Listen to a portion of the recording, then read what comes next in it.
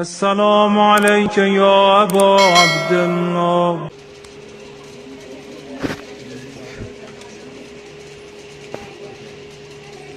سبحان ربك رب العزة عما يصفون وسلام على المرسلين الحمد لله رب العالمين. أعوذ بالله السميع العليم من الشيطان اللعين الرجيم. بسم الله الرحمن الرحيم.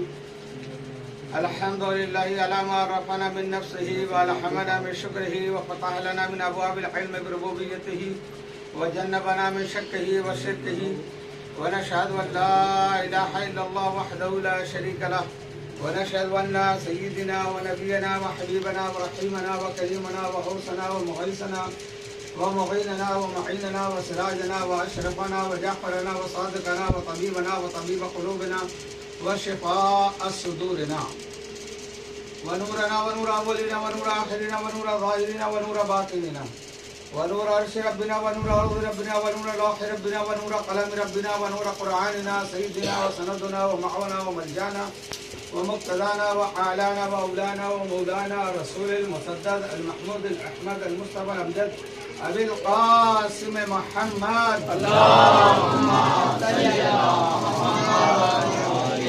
اللهم صل وسلم على سيدنا مولانا محمد الذي كان عليا في الدرجات وفاطما في التدهيرات وحسنا في الصفات وشهيدا في التجليات وزين العابدين بعبادات وبقرا في العلم الأولين والآخرين بالمعلومات وصادقا في الأقوال وقادما في جميع الأهوال ومتمكنا في مقام رضا وجوادا كفى عند رضا وهاديا إلى سبيل النجاة وعسكريا مع الغزاة ومهديا إلى طريق اليقين والنجاة. صلوات اللهم صل على محمد وعلى محمد. لعنة الله على أعداء محمد وآل محمد من الأولين والآخرين من يومنا هذا إلى يوم الدين. أما بعد، قال الله تبارك وتعالى في القرآن المجيد والقرآن الحميد: أعوذ بالله السميع العليم من الشيطان اللعين الرجيم. بسم الله الرحمن الرحيم. بأي ذنب قتلت. صلوات اللهم صل على محمد وعلى محمد. ہم گناہگاروں کے درمیان آمد اہل بیت پر بہت بلند صلوات. اللهم صل على محمد وعلى محمد. بہت اچھی بات یہ ہے کہ آپ لوگ اپنے گھروں میں بھی چھوٹی چھوٹی چاہے کوئی اہمیت نہیں رکھتی وقت کی، مگر مجالس کراتے ہیں. جہاں مجلس ہوتی ہے وہاں پنجتن پاک آتے ہیں، اور اپنے گھر سے برکت کا نزول کرنے کے لیے اپنے گھروں سے بلا وبا تنگ دستی پریشانی دور کرنے کا سب سے بہترین ذریعہ ہے کہ اہل بیت کی مجلس اپنے گھر میں رکھی جائے. میری آواز آ رہی ہے سب تک؟ ماں بہنوں تک سب کو آ رہی؟ ایک سلوات پڑھے بابا کے بھائی. اللهم صل علی محمد وعلى محمد. خطبے کے بعد جو میں نے آیت پڑھی ہے یہ قرآن کریم کے 30واں پارہ سورہ تکویر کی ایک چھوٹی سی آیت ہے. اللہ پاک ارشاد فرماتا ہے: بِأَيِّ ذَنبٍ قُتِلَتْ. قیامت کے دن اللہ پوچھے گا کہ ان کو کس جرم میں قتل کیا. کس کو؟ مفسرین نے لکھا کہ جو مکہ کے لوگ تھے دور جاہلیت میں جب بیٹی پیدا ہوتی تھی تو اس کو زندہ دفن کر دیتے، اور بیٹا ہوتا تھا تو اس کو زندہ رکھتے تھے. تو وہ جو زندہ دفن کی گئی ہے، اللہ پاک آپ سب لوگ کو مکہ کی زیارت نصیب کرے. جب آپ مکہ معظمہ جائیں گے تو وہ قبرستان آج بھی موجود ہے جس میں بیٹیوں کو زندہ دفن کیا جاتا ہے. یہ ہمارے رسول کا کرم ہے، رحمت للعالمین کی دین ہے، یہ اہل بیت کا احسان ہے کہ عورتوں کو عزت عطا فرمائی، زندگی عطا فرمائی. سرکار نے جب کہا کہ بچیوں کو دفن نہ کرو، ان کی پرورش کرو، ان کی عزت کرو. لڑکیاں جو ہیں رحمت ہیں، لڑکے نعمت ہیں تو لڑکیاں رحمت ہیں.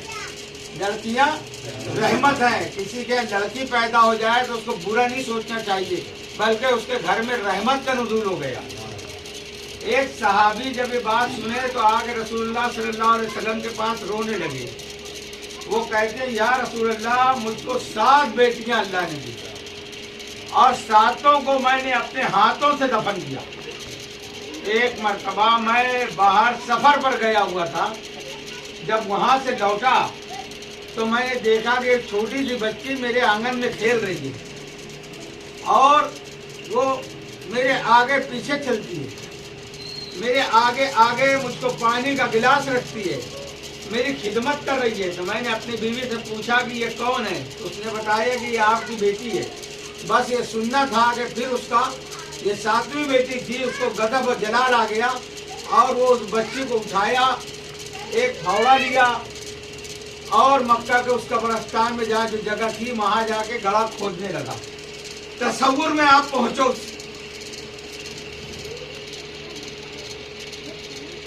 کہ ایک چھوٹی سی بچی ہے, وہ کھڑی ہے, دن کی دھوپ ہے اور اس کا باپ گڑھا کھود رہا ہے.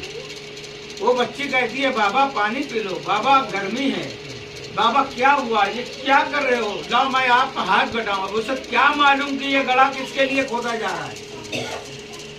آخر گڑھا کھودنے کے بعد اس نے اس بچی کو اس گڑھے میں پٹک دیا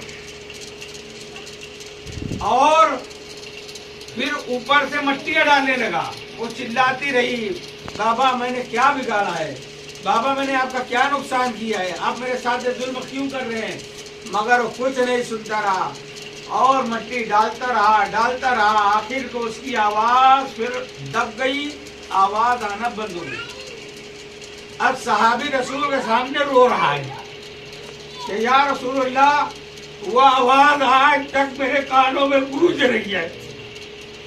تو جب اللہ پاک یہ فرما رہا ہے کہ میں پوچھوں گا کہ کس جرموں میں ان کو قتل کیا گیا, جب ایک کافروں کی بچی جو بچپن میں ان لوگوں نے جہالت کی بنیاد پر ان کو دفن کیا اس کے بارے میں پوچھے گا تو کیا اس بچے کے بارے میں نہیں پوچھے گا جس کا جھولا بنایا گیا ہے؟ یہ وہ بچہ ہے, امام کا بیٹا ہے.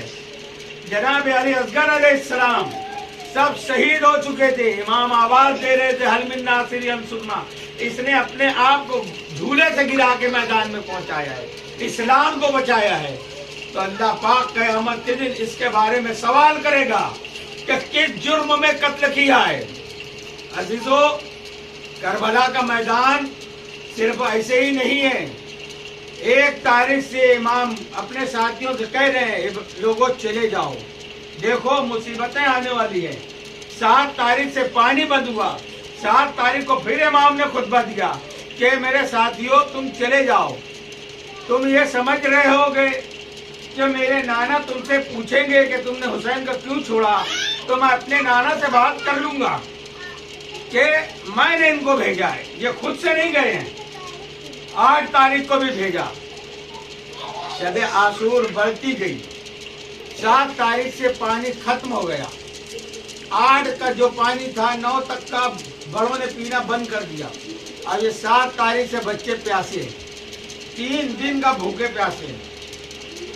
مگر میں اپنی بہنوں کے لیے بھی یہ بات کہوں گا کہ کربلا میں جو امام حسین کے گھر والی بیویاں تھیں ان کو چھوڑ کر 84 عورتیں تھیں جن کے پاس بھی گود میں بچے تھے, مگر کسی تاریخ میں نہیں ملتا کہ کسی صحابی حسین کی بیوی نے یا ان کی بچے نے امام سے آگے پانی کا سوال کیا ہو. کیوں؟ یہ ملتا ہے کہ ان کی مائیں اپنے بچوں کو اپنے پاس پکڑے رہتی تھی کہ یہ پیاس سے بلکتے ہوئے کہیں امام کے پاس نہ چلے جائے کہ امام کو تکلیف پہنچے. ہاں جناب سکینہ کا ملتا ہے کہ ایک مرتبہ خیمے کے دروازے پہ آئی, کہتی ہے بابا پیاس مارے ڈال رہی ہے. ایک مرتبہ مولا عباس کہتے ہیں کہ چچا پیاس مار رہی ہے مجھے, میں مر جاؤں گی. اللہ اکبر.